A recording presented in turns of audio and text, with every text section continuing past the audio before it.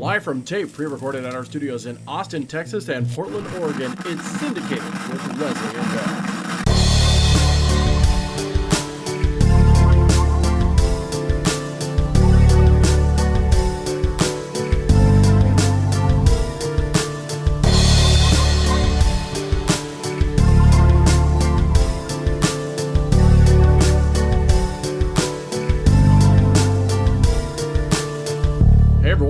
Ben of that. And I'm the Lesley. This is a twice-monthly podcast about television, genre, and storytelling in which we watch an episode of a show and explore the history of television one episode at a time.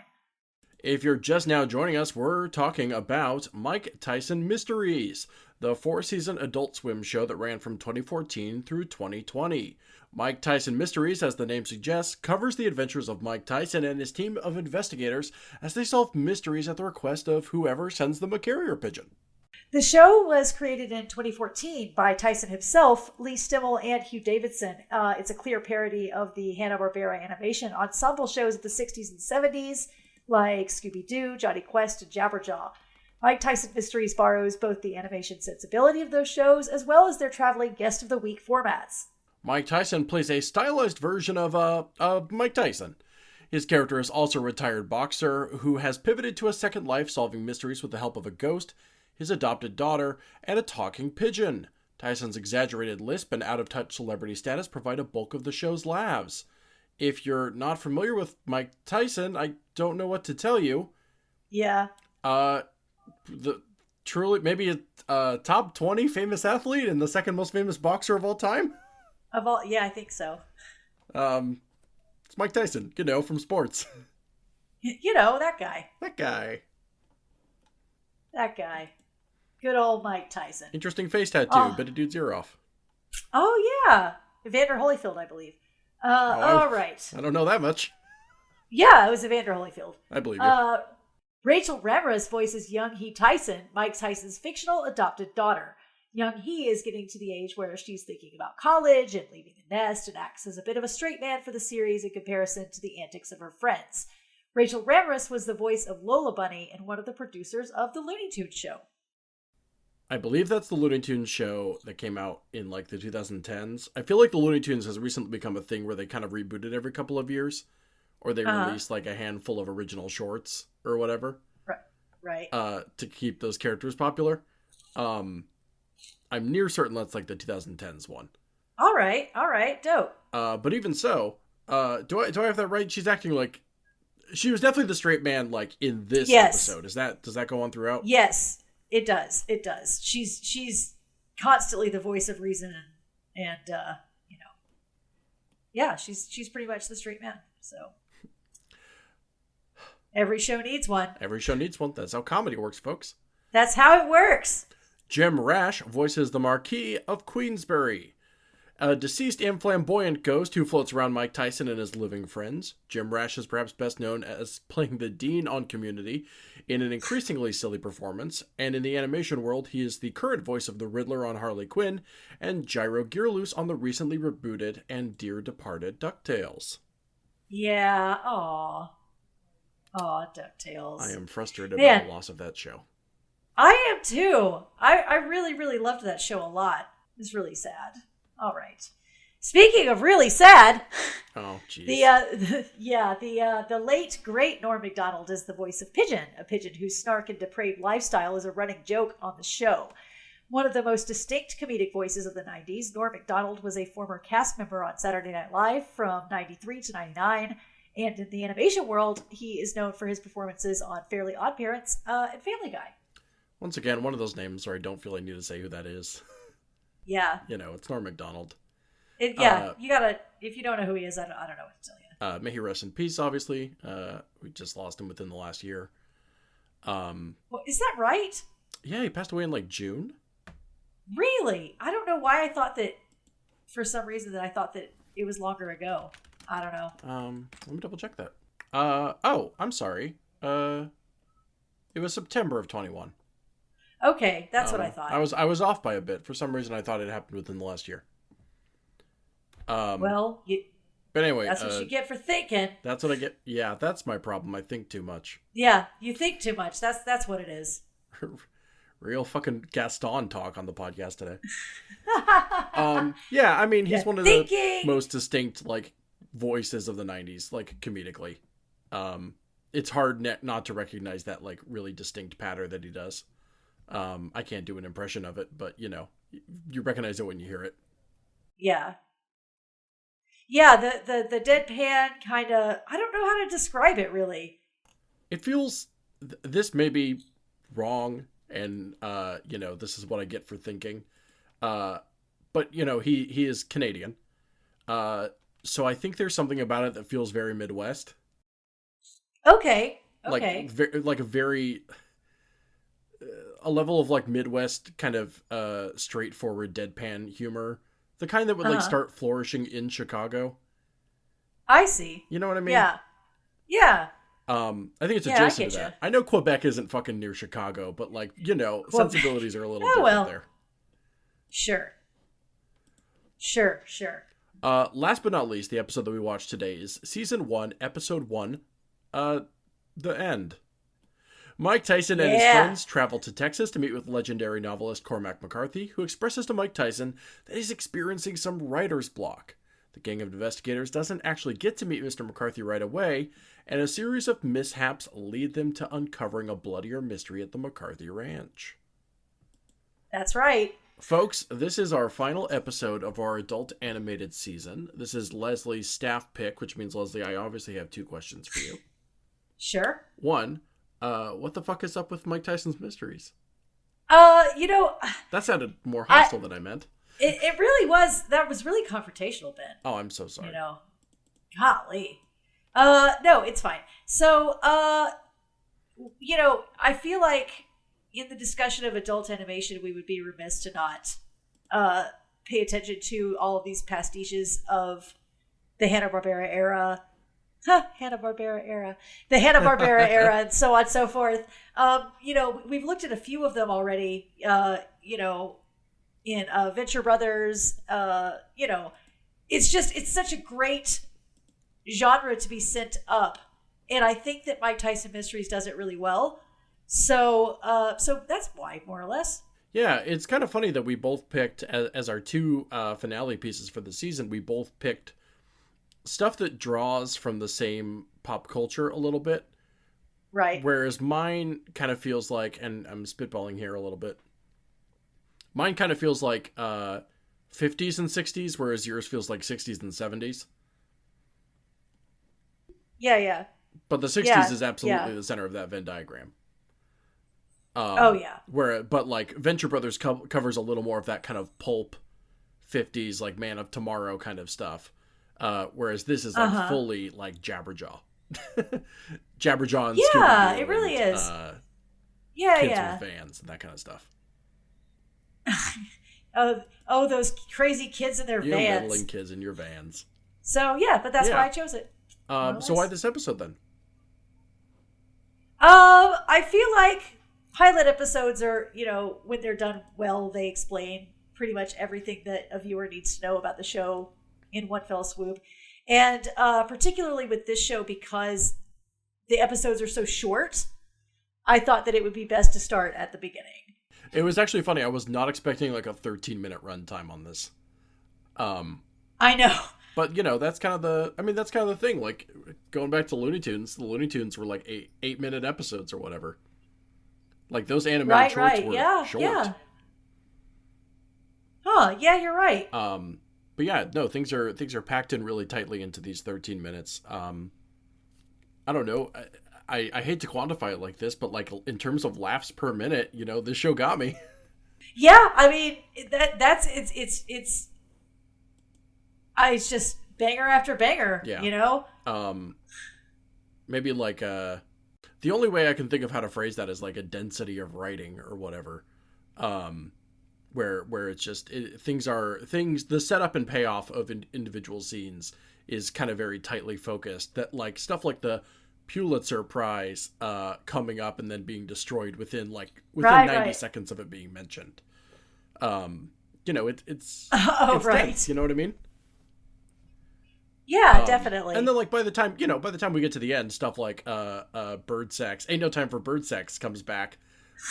Ain't no time for bird sex. But, you know, that was only introduced like 7 minutes earlier. Like, it's very... Right. Well, because, I mean, that's, you know... Yeah, that's the runtime. But, you know, everything's set up, is resolved. It's tight, it's focused, it's, you know, it's sketch work, I guess. It's like sketch comedy. Sure. I really appreciated that about it. And you know, you can tell that there's like a love for the source material here. It doesn't feel like it's trying to... I really do, you know, love that Mike Tyson was personally involved as well. You know, it definitely lends a certain something that he's completely in on everything that's happening. Yeah, absolutely. There's a fondness for him, and also a fondness for like the Scooby-Doo era that it's clearly pulling from. It doesn't feel like the writers are trying to like pull one over on the source material or whatever. Sure. You know, if there's any like meta-ness to it, it's that they've also developed a very quirky premise, as opposed to like trying to be better than the quirky premise. You know what I mean? Oh yeah. No, I agree. I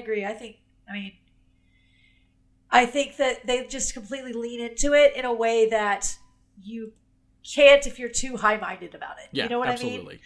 I mean? If you're too haughty about it, if you're too precious about it, it's never going to work. I feel like that can kind of be a problem in the media landscape these days, especially as there's all these like reboots of shows or whatever, is that they, you know, bring in these new writer rooms. And I feel like people are either maybe like overly revenant to the source material or super flippant and disrespectful to the source material. Like, it feels like it's hard to find that dead center. Oh, okay. You know what I mean? Yeah, I could definitely see that. Where the stance is either, I can say, you know, this thing from the past was bad and we're fixing it. Or, no, that thing from the past was perfect and we could never possibly change it. Yeah, they're doing a quote-unquote and fix I feel like it. both of those are a bad approach. Yeah, it's a tough balance, man. It's a tough balance. But I think that this show does it well, and I think that its 11-minute format is a huge reason why. Personally. I think this threads the needle really nicely, where you can tell there's some respect for the source material, and it's also being funny in its own way. Right. Yeah, I completely agree. So, what do we think about this show in terms of what we've seen in adult animation so far in this season of Syndicated? Where does it stand? I think it's pretty good. I think it's pretty good. That's my take. My little green stamp of approval. I think it's pretty good. It definitely feels, I think we were talking about this last time with the Venture Brothers maybe.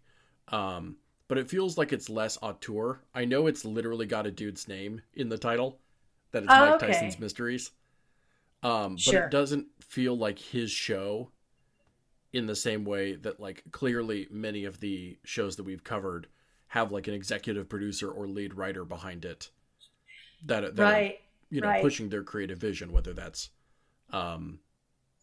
Midnight Gospel or the Venture Brothers with Doc Hammer and whatnot.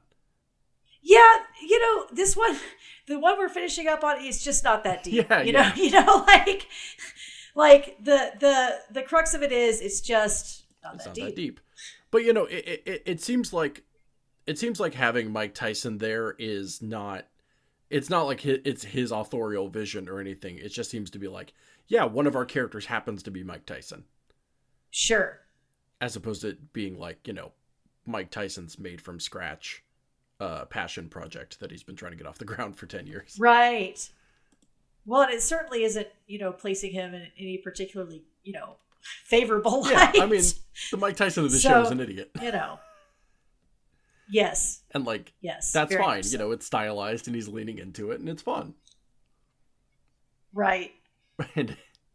Which is what I love about it. It just isn't that deep. It's just a good old crazy ass fun time. The writing is tight. The payoffs are great. I thought the animation was really fun. It's clearly got a love for the source material. And it's just goofy. It's like 12, 13 minutes of goofiness. And sometimes that's all you need. That's all I need a lot of the time. That's all I ever wanted out of Futurama and got out of Futurama. Well, a lot more than that. Right. A half hour of, or so.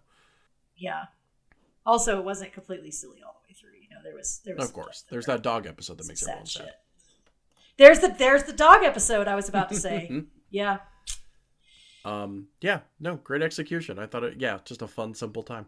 Yeah, it's just a good time. It's not that deep. It's just a good old time. I think that this is kind of like a textbook example of what I think adult animation should be. Well, at least in one facet, I definitely can appreciate the value in, some of the deeper adult animation shows, like Midnight Gospel. Obviously, we met talking about BoJack Horseman, so clearly I can appreciate deeper things as well. But Tuca and Birdie, what have you? Right. But sometimes it's just stuff that's made for adults is campier, sillier, gaudier, raunchier, hornier, all that good stuff. And there's nothing wrong with that if it's clearly having fun with it. Right. That's exactly what I'm saying, Ben. That's exactly. I know, I couldn't agree more. You totally get it. I love that. I will say once again about like the tightness of the writing is that all those character introductions are like perfectly crammed into like the minute that we spend on them. Oh yeah, definitely. It's like Mike Tyson throws out as you know, we have to solve these mysteries that are delivered to us via pigeon. Right. But Dad, what about these college brochures? As you know, I'm 18 and need to go to college. Right. The exposition was really, it was really obviously done, but it was like you sat there like, oh, there's the exposition, but that's really funny. Yeah. Well, the only mystery I care about is how to turn me back into a human. I'm like, okay, great. We've got all of it. Right. We are and I can guess what the ghost deal is. The ghost knows that he's a ghost. Yeah, it's not very difficult to understand. But I like that, like, that's the setup, There's like a little bit spent on backstory with like, when she was dropped off at my door, I didn't know what to do. And now she's all grown up. It's like the most we ever get. Like, is there is there an overarching narrative like at all? Or is it literally just as simple there's not. That's it. That's what you get. What you see is what you get on that one. Well then great. Like Ready, Set, Go is done within the first like 2 minutes and we're off to the races. Yeah, absolutely. Which I don't know. Maybe more shows need to be like that. Who knows? I mean, it's definitely a strong point of the show. I don't know if other shows need to do it that way or not, but I like that this show does. It has its strengths anyway. Yeah. And like with regards to like, having all of your material right up front. And this is going to be kind of funny as the weekend we record this. There is now a HBO show literally about the dark origins of the Scooby-Doo gang or whatever. Oh God. Which looks anime show like ass. Yeah, it truly does look like ass. But I'm saying to the credit of the original Scooby-Doo show and not whatever just came out on HBO. Not whatever this is that. But original Scooby-Doo, and I'll extend that to whatever the Jetsons and the Flintstones and everything else of that era of cartoon. Sure. Does not spend time letting you know how the Scooby-Doo gang all met each other. That is true. That's very true. It's talk about economy of storytelling. It's just like, it's 4 kids in a van. One's the fashion one, one's the nerd one, one's a slacker. Hey, slacker. Wink, wink. And one of them drives, and there's a talking dog. Yeah. And I'm like, great, got everything I need to know. And that's all communicated just through, dialogue and visuals and really solid character design. Right. Is Mike Tyson's little jumpsuit as solid a character design as Shaggy's green shirt? Probably not, but it's in the same path. Right. I mean, it's distinctive, and that's distinctive. Yeah, it's distinctive. I'll talk about the animation thing of notable silhouettes. Norm MacDonald was a bird. Yeah, that's fair. That's very fair. Yeah, and I do love that they cast Norm MacDonald in this because he definitely has one of those voices that, as soon as you hear it, you're like, ah, yes, Norm MacDonald. Mm-hmm. Yeah, great for playing a non-human character. Yeah, definitely. Definitely. And I think that level of crass humor, um, I mean, hey, the I have a date tonight. Well, they're not gonna fuck you if you're a bird. Yeah, but every once in a while they do, kind of stuff. Yeah, but every once in a while they do. That line by any other actor, I don't know if I would have appreciated if it wasn't by Norm Macdonald. Yeah, I do think that it needed a certain delivery to make it work, Yeah, I don't think I like that character if it isn't him. Yeah. I think that character would get on my nerves if it wasn't him. Yeah, that's the thing with characters like that. It's like, that Bender type of character. You just, you really have to have the right person portraying the character, or else it's just going to come off super obnoxious. It's a fine line. You need equal parts charm with the sleaze. Right. Yeah. Because he needs to be a lovable asshole. Yeah, same with DiMaggio. Like, he has the charm too. And without that for either of those characters, then they're just sleazes. And that's not like I'm not gonna say that's not funny, but the joke wears off fast. It's tired. That's what I'll say. Yeah. I mean, it's if we're talking comedic archetypes, that thing's old. Yeah, definitely. The fool, I don't know, but yeah, there's some actors who can play that off really well, and some who just cannot. Lesley, do you want to launch into favorite jokes? I mean, no time for bird sex is good, but I think that one's good. But honestly, I do have to say, I think the credits. Oh, what? Just seeing Mike Tyson? Yeah, I think that was so beautiful that's gonna have to be my favorite. That's my favorite bit, favorite joke, favorite everything. Peeling back the curtain and literally seeing. Yes. No, it's it's really Tyson. It's the most Mike Tyson has ever been. Here he is, folks. Behold him. Yeah. In that incredible little jumpsuit and everything. Yeah, it was amazing. So I would have to say probably that. What about you? Talk about again the quickness with which this story is told. I think genuinely one of my favorite jokes at the very beginning is it's not even really, it's not like full setup payoff joke. It's just the phrase, "We're running behind, guys. There's so many pigeons in here." Which just gets an immediate, Yeah. Well, sorry? What's the... There's so many pigeons. Running behind, guys. There's so many pigeons in here. Yeah, that one was... What do you do with the pigeons? Immediately explained within the next 30 seconds. Right. Well, it has to be. That's such a catchy and absurd line right at the start. Yeah. That, definitely, pulled me in. Yeah. I see what you... Yeah, I get you. As somebody who has read a Cormac McCarthy book... Oh, God. Quote, all of that. All of the Cormac McCarthy bits, obviously. When Tyson is reading the letter and just says, "It goes on forever like this," and passes it off to the Marquis. Yeah. Yeah, it's from Cormac McCarthy. Yep.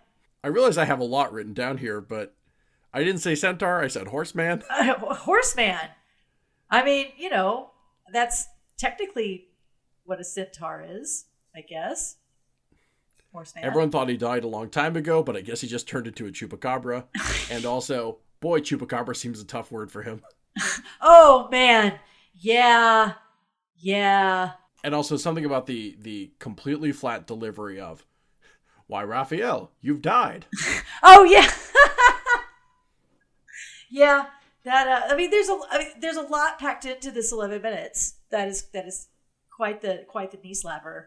Again, I think it really manages to thread the needle of not being too reverent and not being too dismissive of what it's trying to be. Yeah. It's some pretty well written jokes. Pretty tight. It's pretty good jokes. That rely a lot on their deliveries, but those deliveries pay off. Yeah. And also, one truly final note: John Updike lived a lot longer than I thought he did. Is that so? Yeah, only died in 2009. Really? I know. Right? Wow. What is going on?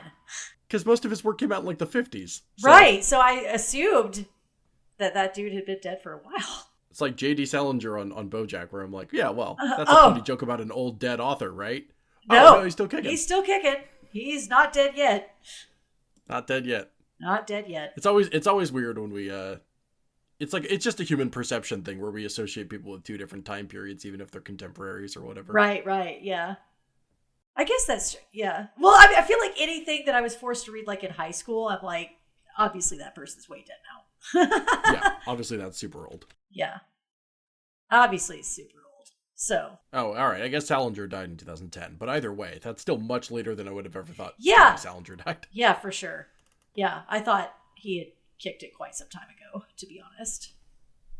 So, Lesley, that's 13 episodes on adult animation. Yes. How do we feel about the season? How do you think we did? Oh, I think we did pretty good. I think that we covered a lot. I think we covered the grotesque and the crude and the very weirdly intellectual. I feel like we covered a lot of bases. Yeah, I appreciate that there was so much depth and also how broad the genre was. Yeah, I really, was surprised by some of them in particular. Like we were watching, we watched, for example, like Castlevania or whatever. Just didn't occur to me that qualifies, but absolutely does. Well, I mean, it's there aren't a lot of, or at least there weren't before like 5 years ago, aren't a lot of like action cartoons. Right. That's usually anime, and that's usually mentally a separate category. Right. Because it's usually not in English. Yeah, that's true. That's true. Yeah, but no, I look, when we were covering like workplace comedies, we fell into like a lot of, archetypes. The straight man, the kind of lead character, the goofball boss that is incompetent and doesn't deserve to be in charge, and how every office seems to be its own character in the show, like all that good stuff. Yeah, all that kind of stuff. Yeah. The snarky one who doesn't want to do the work, like all that kind of stuff. Like these there is, and I'm not saying there's anything wrong with this necessarily, but there are, patterns. Sure. I mean, it's a formula for a reason, Yeah. Whereas it felt pretty much like, with some exceptions, each show that we covered this season was very different from everything else we covered this season. Right. With exception, like Vox was similar to Castlevania. What we just watched was kind of similar to Venture Brothers. That's true.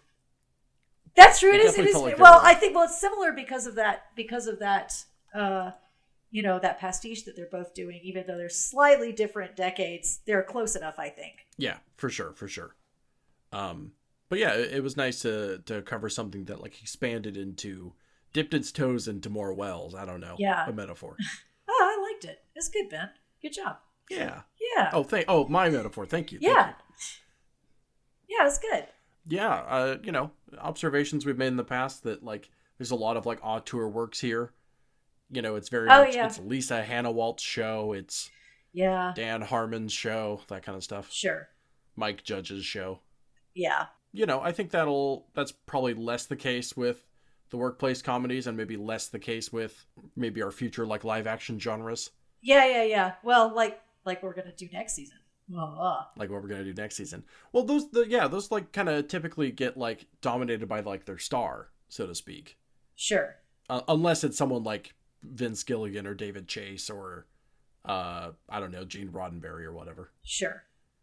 Like really notable producers. That's to find a random point of comparison. That's Steve Carell's Office, but even though he is not the writer. Yeah, but it definitely is his office. Yeah. That being said, do you want to talk about what we're doing next? Yeah, we could do that. How are we categorizing this exactly? I think we're leaning specifically toward crime shows about criminals. Crime shows about criminals. Crime shows. Which doesn't mean we can't cover detective stuff. I just don't really want to cover cops. Yeah, we don't want to do like capital C cops. We're gonna do police stuff, not police stuff, but crime shows. But we don't want to do the procedurals because they suck. So yeah. That's what we're doing. My urge to cover NYPD Blue is non-existent. Right. Yeah, I don't want to cover anything like that. Nor like, I don't know, Bones or Chicago PD or anything like that. Right. But we're gonna do some fun crimes. Yeah, Lesley and I we're gonna go into the fridge. We're gonna get us some gabagool. Yeah, we are. Get ourselves a gun. Get ourselves a gun. That's what I'm talking about, baby. Yeah, we're covering crime shows. And so obviously that's a preferred genre of Leslie's and ours. What? Yes, good one, Ben. Lesley and Me, the Multitude? Yes. The royal we, the editorial, you know. The editorial we, sure. Yeah, we're going to cover crime shows, which is obviously a preferred genre of both Lesley and myself. Sure. And that is going to include, among other things, Sopranos and Fargo and Better Call Saul and... It's going to be good. Pretty much any show where there's some money laundering or some drug dealing or some crazy someone has to do drugs. a regrettable murder that haunts them for a season. Yeah. Maybe at least a season. At least one. At least a season. Yeah. I know I've just tossed out some title suggestions, and I imagine that we're already kind of zooming in on our staff picks a little bit. But do you want to peel back the curtain on what you're thinking about? Do I want to do that, or will it spoil the mystery and the surprise? To fill time. Wow, Ben. Well, obviously, as a huge fan of The Sopranos, I think that you're not going to argue with me for wanting to do that one. No. And as much as the finale sucked, you know, obviously Dexter's in the running as well. You know, just a good old time. I've been wait, hold on. Does Dexter work for the cops in Dexter? God, I don't remember. It's fine if he does. I think he's a detective. Okay. Yeah, and I think that's what he like makes it so fucked up that he's a murderer, is that he's a detective. Okay, I thought so. I was under the impression that he did like forensics or something. I never saw that show. I determined it to be too scary for me when I was a wee lad. Well, guess what you're going to get to watch coming up? Hell yeah. Much in the way with our previous seasons where we have declined to cover the most popular, impactful show. Right. On account of it being the most popular and impactful show. Yeah. What with The Office and The Simpsons, arguably for our first two seasons. I think we might not cover Breaking Bad. Yeah, I don't know that we'll cover Breaking Bad. I feel like that's, you know, it's been done. Yeah, it's been done. I mean, I'm a white guy in my 20s. I have opinions about Breaking Bad. I don't want to shock anyone. Sure. But like, you know, Sopranos feels like the foundational brick in the pyramid. Yeah, I mean, that one kind of has to be done, I feel. That one kind of has to be done. Yeah, it kind of has to be done. But yeah, I'm very excited to cover, you know, we've had some pitches for episodes so far. Very excited to cover everyone's favorite grandfather, Columbo. Oh my God, I can't wait. I'm very thrilled for that, in case you can't tell. No, it's coming through. Good. I'm thinking about How to Get Away with Murder, the Viola Davis show. Yeah, that's a good one. Years ago. That's a good one. It's a good choice. Yeah, lots of hot law students trying to cover up for each other's murders. Crimes. Yeah. Everyone's doing crimes and blackmailing each other. It's classic. That's that great feeling. Great feeling throughout that show. Same one I get with BoJack sometimes, where it's the "you dumb motherfucker, you left your cell phone in the car" kind of right. Stuff. Yeah. Where it's like, oh God, they're 2 steps behind you. Yeah. I'm sure. I know I want to cover Fargo, the weird Midwest crime anthology show. Such a good one. I'm sure someone's gonna pitch us Hannibal at some point. Probably. Which is fine. Yeah, no, I would argue that's less about capital C cops and more about literally Mads Mikkelsen's serial killer character. Yeah. I know Will is cop adjacent, but there's more like psychological thriller. There's a lot, but there's plus it's, you know, it's kind of gay, so which is always great. Oh, I've heard. I have a Tumblr. I've heard. Yeah. Okay. Fair enough. Yeah, but as we've talked about in the past, you know, with the whole. You know, we've covered 2 kind of narrative light genres so far, and now we're hopping straight into something that's dominated by narrative heavy drama. With the exception, I guess, of Columbo. Well, I don't know. I feel like it's pretty narrative heavy. Oh, sure, but less overarching season long arcs. Yeah, that's true. You know, I'm sure we'll cover some show this upcoming season in which we are dropped in the middle of a story arc. Sure. And we're going to have to catch each other up real quick. Yeah. But yeah, I'm very excited. Very excited to cover, you know, some We talk about television genre and narrative, and we've definitely been talking a lot about genre. Yeah. And I'm excited to dig deeper into capital N narrative. Narrative. It's going to be fucking dope. It's going to be awesome. Fun stuff ahead. This has been Syndicated with Lesley and Ben. I am the Ben of that. You can find me online at Ben C. Hamlin for now. Well, you can find me there everywhere, but, you know, Twitter is, who knows. You can check out all of our other work at infinitybreak.net. Lesley, where can people find you? People can find me for now on Twitter at Vanetti, Vanetti. I talk about all sorts of cool, fun stuff on there. You know, it's just a party. This has been season 2 of Syndicated with Lesley and Ben. Once again, we thank everyone for helping to support the show by telling your friends and supporting us on Patreon and, you know, riding along with us as we watched all of these interesting shows. Lesley, I want to say from the bottom of my heart, thank you for showing me Midnight Gospel. Oh my gosh, you're so welcome. You're so welcome. It's such a classic. The show I still need to finish, but oops, that's on me. Well, that's okay. I forgive you. We will be back soon. We will be back soon with more crime stories. Very excited to talk about that with our 3rd season. We'll see you then. All right.